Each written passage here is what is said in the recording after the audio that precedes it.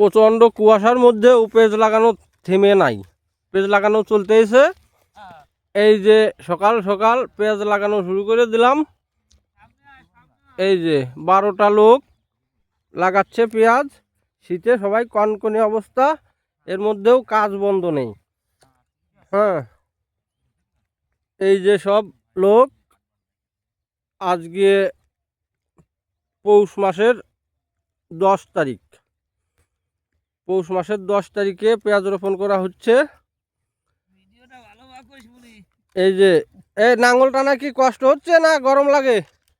গরম ছুটতেছে। এই শীতের মধ্যেও এটা খুব কষ্টের কাজ। এই যে যে নাঙ্গল টানে তার একটু কষ্টই হয়, এই কারণে গরম লাগে। আর যারা লাগাচ্ছে তাদের কোনো গরম নাই, তাদের যে শীতে চোখ মুখ সব কিছু বাঁধা অবস্থায় পেঁয়াজ লাগাচ্ছে। চারিদিকে কুয়াশায় অন্ধকার, কিছুই দেখা যায় না। তোমারটাও করো, তুমি খালি এই মুহূর্তে দেখাচ্ছি, তোমারটাও করো। আমারটা করবার লাগলি তো আরেকজনের ধরা লাগবে ভিডিও। তুমি ধরো ধরো।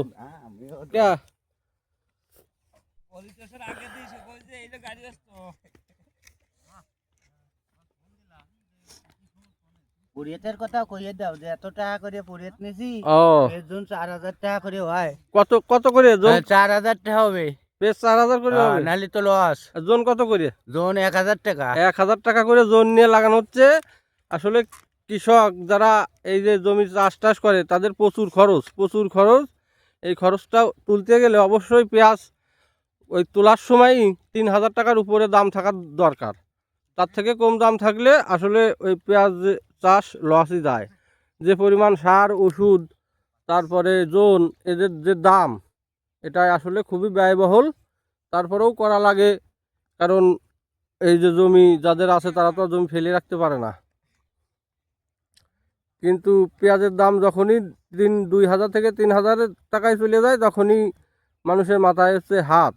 ওই যারা কিনে খায় তাদের খুবই বিভিন্ন ধরনের কথাবার্তা শোনা যায়। কিন্তু তারা যদি চাষ করে দেখতো যে এই পেঁয়াজ চাষ করতে কেমন খরচ, কেমন কষ্ট, তাহলে তাদের এই কথাটা আর আসতো না।